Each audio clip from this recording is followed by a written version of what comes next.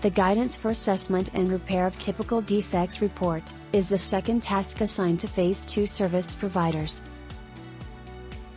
Descending from filling inspection checklists, and categorizing identified defects, with reference to severity of accompanied risks to the health and safety of workers, inspectors of different backgrounds can use the guidelines presented in this report to assess conditions, and highlight repair works needed for each identified typical defect, and document corrective actions needed, in an efficient and effective way for executives to handle, in order to set priorities to the corrective actions needed, and prepare an implementation plan, with relevance to budgets, and severity of accompanied risks.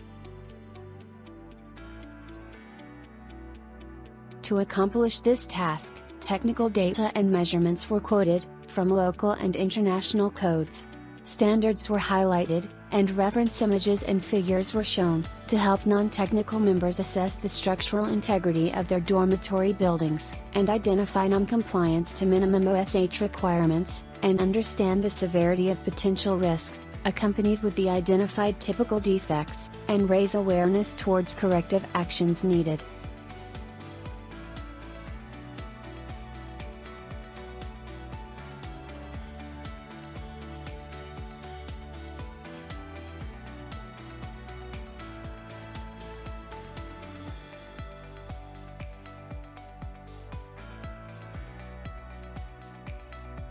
Deriving from Task 1, the gathered inspection data was studied and analyzed, to produce the set of typical defects identified, with moderate, major or fatal categorization of accompanied risks. So, in the first part of this task, certain measurements and illustrations were used as guidance, to make it easier for an inspector of any background, to identify similar defects, and assess conditions, with reference to the relevant codes or standards.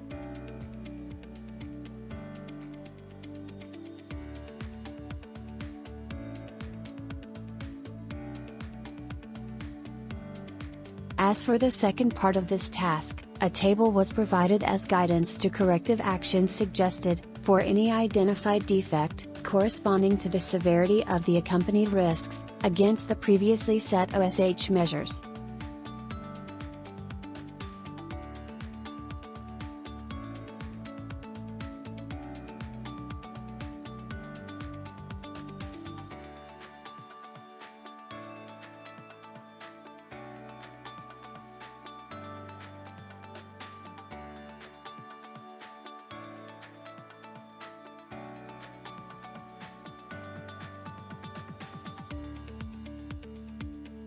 As illustrated in the preceding table titled Guidance for Assessment and Repair of Typical Defects, the identified typical defects are classified into 4 groups, based on the severity of their impacts as follows: fatal, major, moderate, minor, and insignificant, which were color-coded, to make it easier for executives to point out major issues that needs to be tackled, and help set an implementation plan, with prioritization for the corrective actions needed, with relevance to the severity of defects.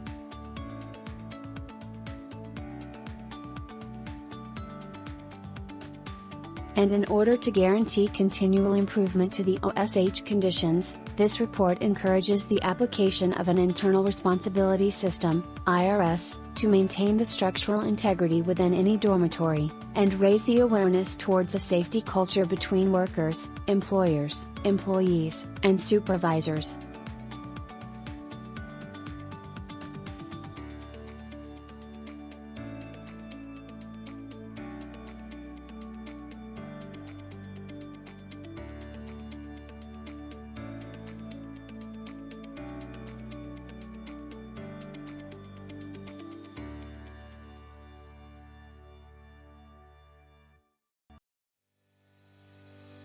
After completing the assessment of the typical defects illustrated in this report, inspectors should ever gather the inspection data, and review the table provided in this report, as guidance to assessment and repair of typical defects, to identify corrective actions needed, with relevance to the severity of the defect and its accompanied risks.